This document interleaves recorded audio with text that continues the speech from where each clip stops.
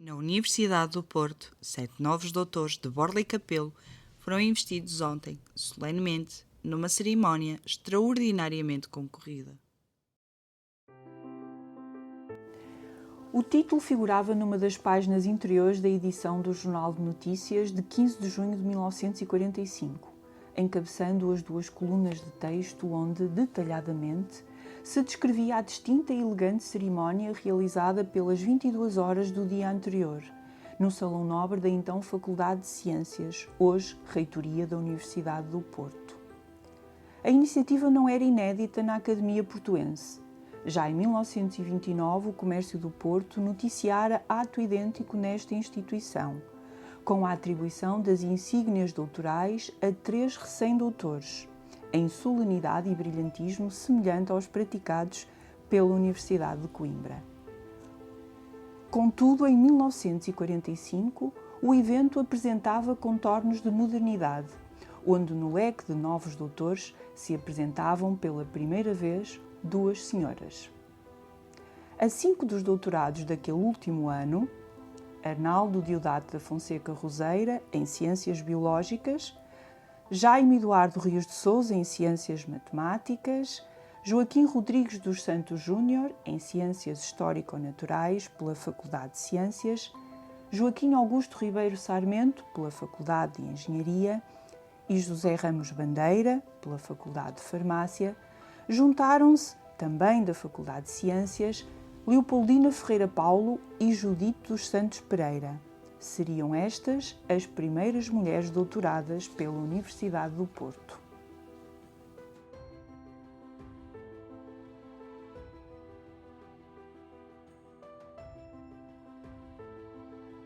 Leopoldina Ferreira Paulo e Judite dos Santos Pereira eram já figuras conhecidas da comunidade académica a quando do seu doutoramento.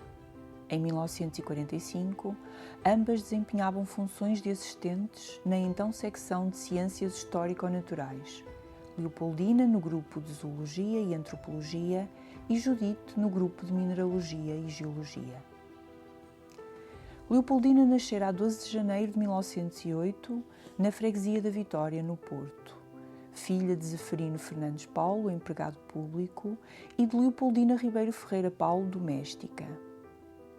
Viria a licenciar-se em 1933 com 16 valores em Ciências Histórico-Naturais e 2 anos depois, em 1935, iniciou a sua carreira docente na Faculdade de Ciências, atividade que manteve a par da investigação até à sua aposentação em 1976, já como professora extraordinária, nomeada um ano antes. Sob a arguência de António Luís Machado Guimarães e de António Augusto Esteves Mendes Correia, faz provas de doutoramento a 23 de novembro de 1944, apresentando a tese Alguns caracteres morfológicos da mão nos portugueses. Ao longo da sua carreira académica na Faculdade de Ciências, Leopoldina dedicou-se à investigação na área da antropologia, com foco nos povos das ex-colónias, marcando presença em diversas missões antropológicas e etnológicas e encontros científicos nacionais e internacionais. Como docente, foi responsável pela regência de aulas teóricas de unidades curriculares como Ecologia Animal, Antropologia, Adenologia, Anatomia e Fisiologia comparadas. A minha memória em relação a ela é de que era uma pessoa afável, companheira, sempre disponível para ajudar as pessoas e sempre, acho que às vezes até se preocupava se a pessoa estava bem, se estava mal e procurava ajudar quando as pessoas se sentiam um bocadinho mais fragilizadas. Como professora, nunca foi uma professora que uma pessoa tivesse a má impressão dela, porque como era uma pessoa afável e uma pessoa simpática, as pessoas também tinham perante ela uma certa cordialidade e essa simpatia era mútua. Portanto, é uma pessoa que, para mim, foi positiva porque dentro de muitos professores que a gente teve, mesmo ao longo do nosso curso, que alguns deles tinham fama de pessoas terríficas e difíceis, portanto eram os nossos papões. No caso concreto da doutora Leopoldina, talvez porque ela também estivesse na área da biologia, portanto como a gente foi para a biologia, a apetência para as pessoas era muito maior do que para os matemáticos e para os físicos, que a gente tinha um medo deles terrível. E, portanto, acho que ela marcou as gerações que lhe passaram nas mãos, acho que marcou, mas marcou pela positiva, em minha opinião.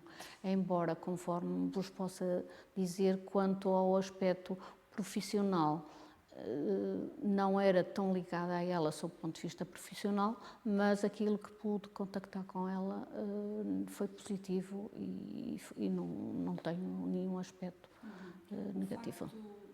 Na altura era uma carreira difícil, porque as pessoas tinham que trabalhar imenso para atingir determinados objetivos e para uma pessoa fazer uma agregação, aquilo era uma coisa muito difícil e custosa e, portanto, alegra-me hoje ver, às vezes, catedráticas em diferentes universidades e acho que isso é bom de ver, que a pessoa só não atinge o topo da carreira porque qualquer impossibilidade, mas que não é, pode ser dela, mas a própria sociedade está aberta a que a pessoa vá, a que a pessoa entre, a que a pessoa possa concorrer e mudar. E isso eu acho que é muito positivo, mesmo que ainda exista essa discriminação às vezes sutil, que sem uma pessoa dar por ela,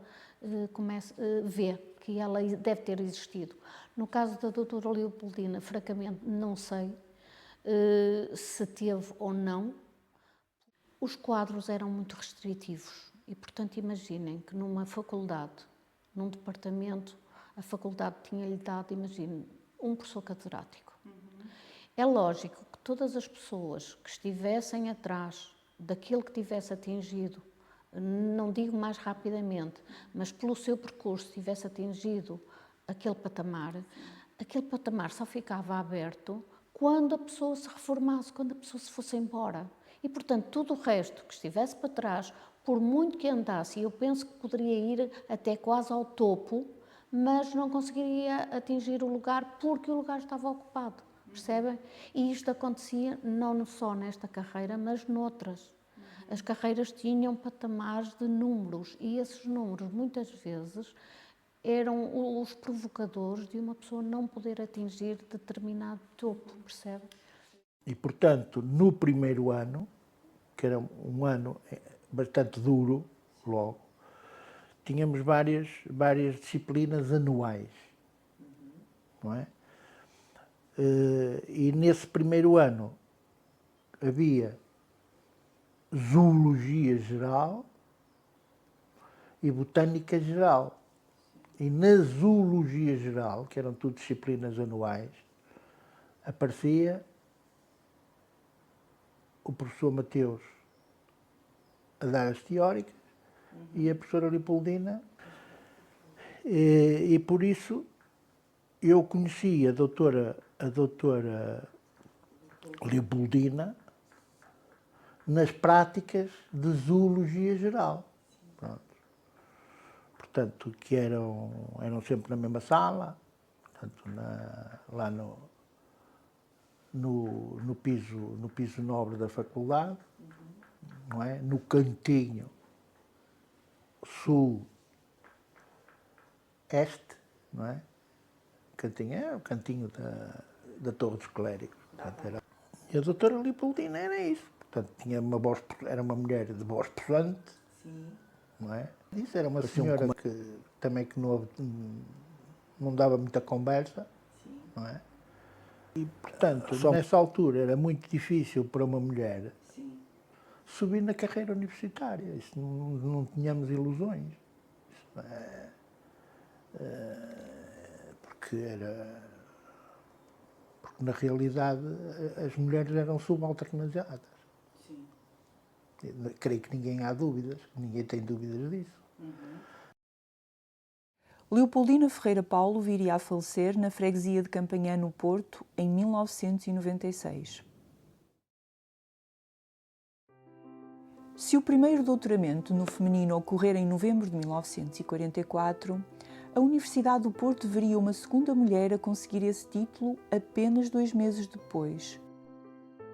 Sob a arguência de Domingos Rosas da Silva e João Carrington Simões da Costa, Judite dos Santos Pereira faz provas de doutoramento a 25 de janeiro de 1945, com a defesa da tese Formações Portuguesas com a Luisite, Caulinite e Monte Murilonite.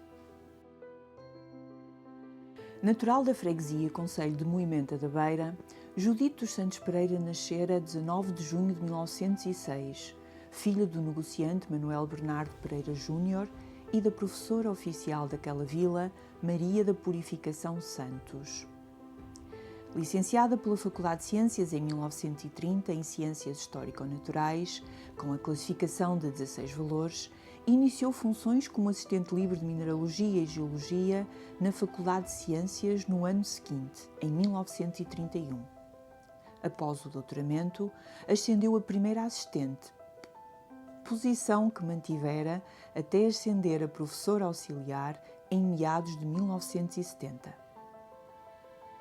A par da carreira docente e como bolseira do Instituto para a Alta Cultura, debruçou-se sobre a área das rochas indígenas portuguesas, editando trabalhos no âmbito do Museu e Laboratório Mineralógico e Geológico da Faculdade de Ciências e da Junta das Missões Geográficas e de Investigações Coloniais. No período de preparação de parte da sua tese de doutoramento, especializou-se nas formações portuguesas de Caulinite, como bolseira, em Madrid. Durante as décadas de 50 e 60 do século XX, Judite assumiu a responsabilidade pela regência das aulas teóricas de unidades curriculares como cristalografia, paleontologia, geologia ou geomorfologia. A Judite Santos Pereira, eu conhecia, mal entrei na faculdade. Entrei na faculdade em 1959. Ela veio a ser minha professora de cristalografia no ano seguinte e mais tarde noutra cadeira de paleontologia. Era uma pessoa muito recatada, com um caráter muito forte, uma aparência muito austera, mas revelando frequentemente uma certa fragilidade física. Era habitual vê-la fazendo-se acompanhar por uma garrafa de água mineral. Pousava na sala de aulas. Era uma sala de aulas relativamente reduzida, até chamávamos a sala pequena, onde tínhamos as aulas práticas. As teóricas eram dadas no anfiteatro. Bem, a doutora Judite Santos Pereira, devo dizer, era temida pelos alunos, pelo seu caráter rigoroso, austero, que não estabelecia nenhum contacto emocional com os seus alunos. Lembro perfeitamente que nas aulas práticas, em particular de cristografia, onde ela era de uma grande exigência, ela abordar um ou outro aluno e fazia sempre uma pergunta à volta do processo pelo qual tinha feito uma determinada projeção estereográfica. E, invariavelmente, a resposta do aluno não a satisfazia. Ela ficava impassível, não explicava ao aluno, enfim, onde é que ele tinha falhado e limitava-se a escrever uma letra grega no caderno prático do aluno. Nunca ninguém soube exatamente o que aquelas palavras, que aquelas letras gregas significariam. Uns alfas, uns gamas, às vezes uns betas e outras menos decifráveis. Se por acaso, na altura a sala tinha um revestimento cerâmico, um ladrilhado cerâmico. E também naquela altura, ainda recentemente, enquanto ela existia, a sala não havia cadeiras, havia bancos. Mas naquela altura, as pernas dos bancos não tinham qualquer proteção, borracha, qualquer coisa. De maneira que, quando algum aluno, por qualquer razão, qualquer movimento, causasse aquele ruído característico de uma cadeira, pernas de madeira, sobre um ladrilhado, meu Deus, ela ficava desvarada. Quer dizer, como eu já disse, caía o Carmo e a Trindade. Era realmente uma pessoa difícil, com quem era difícil lidar. Era muito reservada. Lembro também perfeitamente da chegada dela à sala de aulas. Nós estávamos ali, à entrada da sala, à espera, os alunos, os bancos que havia ali, sentados ou conversávamos com os outros. Ela aparecia ao fundo do corredor, porque ela entrava pelo lado da fachada da cordoaria. Vinha no sete, do Amial ou Ponta Pedra, e saía na cordoaria. Entrava pelo átrio de Química, vinha pelo corredor fora, muito direita, com o seu característico chapéu ornamentado com penas, mas penas muito, muito vistosas, ia por ali fora, muito direita, completamente alheado do que se passava à sua volta. Entrava na sala como se nós não estivéssemos ali à beira. Portanto, ninguém a cumprimentava, ela também não mostrava qualquer interesse em ser cumprimentada, e entrava, punha o seu chapéu no cabide e ia tratar, enfim, dos assuntos do começo da aula. Aposentada por razões de saúde desde 1972, Judite dos Santos Pereira viria a falecer na freguesia de Santo Ildefonso, no Porto, em 1975.